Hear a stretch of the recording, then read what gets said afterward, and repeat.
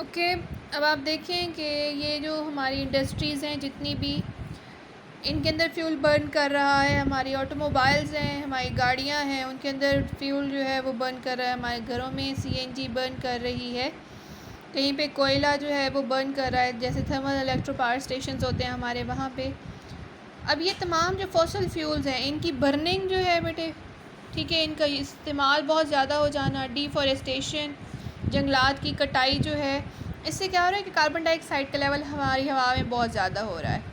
उसके अलावा water vapours, methane और सीएफसीज़, ये तीनों, और कार्बन डाइऑक्साइड, इन चारों का एक ही रोल है हमारे इन्वायरमेंट में।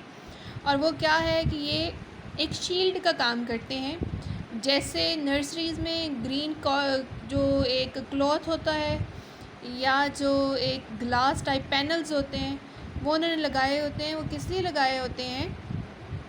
ताकि वो जो भी वेजिटेशन जो है या जो भी चीज़ें वो ग्रो करवा रहे हैं उन्हें बहुत ज़्यादा हीट मिल सके।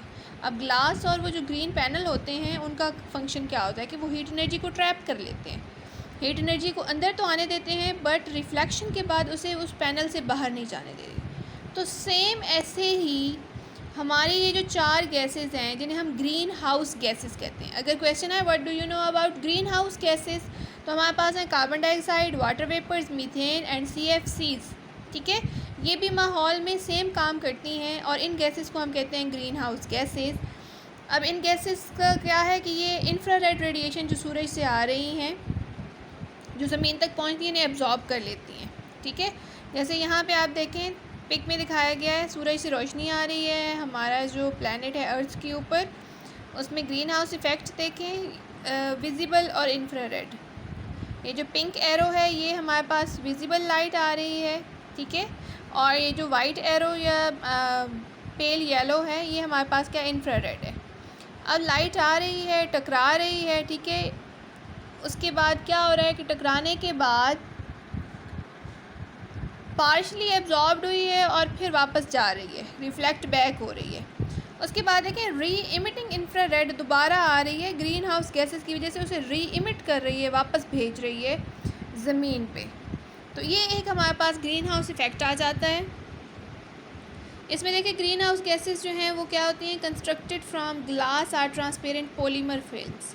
जो ग्रीन हाउसेज होते हैं जो नर्सरीज में होते हैं वो ग्लास से या पॉलीमर फिल्म्स जो होती हैं, वो जो प्लास्टिक की शीट होती है उससे बनाए जाते हैं। सनलाइट इनके अंदर से पास कर जाती है और प्लांट उसे यूज़ करते हैं फोटोसेंसिस के लिए।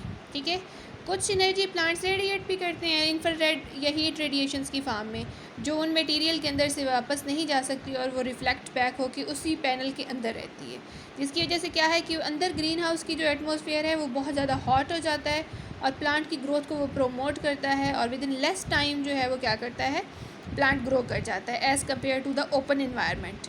और टेम्परेचर जो है वो ग्रीन हाउस का वो 10 डिग्री से 15 डिग्री हायर होता है दैन आउटसाइड। तो आप सोचें कि हमारी जो इन्वायरमेंट है, एटमॉस्फेयर है, उसमें ग्रीन हाउस गैसेस इतनी ज़्यादा हो गई हैं। ठीक है, तो इससे क्या होता है कि जब ये रेस गैसेस इंफ्रारेड रेडिएशन को एब्जॉर्ब कर लेती हैं तो हमारे माहौल की काइनेटिक एनर्जी में इजाफा हो जाता है, एटमॉस्फेयर गर्म होती जाती है। ठीक है, और हाई कंसनट्रेशन जो हमारे पास ये ग्रीन हाउस गैसेस की हवा के अंदर, और greater is the green house effect, जितनी ज़्यादा इनकी कंसनट्रेशन हमारी एटमॉस्फेयर में होगी उतना ज़्यादा ग्रीन हाउस इफेक्ट बढ़ता जाएगा, और ग्रीन हाउस इफेक्ट बढ़ता जाएगा तो क्या होता है कि टेम्परेचर में इजाफा होता जाता है। ग्रीन हाउस इफेक्ट क्या है, ये नेचुरल फिनोमिना है एनर्जी का। ठीक है, एनर्जी डिस्ट्रीब्यूशन मैकेनिज़्म जो है ज़मीन पे उसका ये एक नेचुरल फिनोमिना है, लेकिन क्योंकि कार्बन डाइऑक्साइड अल्लाह ताला ने जो बनाई हुई है वो तो इस ज़मीन पे लिविंग के लिए, कि लिविंग इन्वायरमेंट क्रिएट रखने के लिए बनाई है। अब उसमें इंक्रीज़ कैसे हुआ, ह्यूमन एक्टिविटीज़ जो हैं वो थ्रेटन कर रही हैं इस चीज़ को बहुत ज़्यादा, कि significant amount green house effect की जो है वो बहुत ज़्यादा बढ़ रही है। अब ये एक्टिविटीज़ क्या हैं, सबसे पहले ग्लोबल वार्मिंग की डेफिनेशन यहाँ पे आ रही है, the warming of the atmosphere which is due to our influence on the greenhouse effect known as global warming।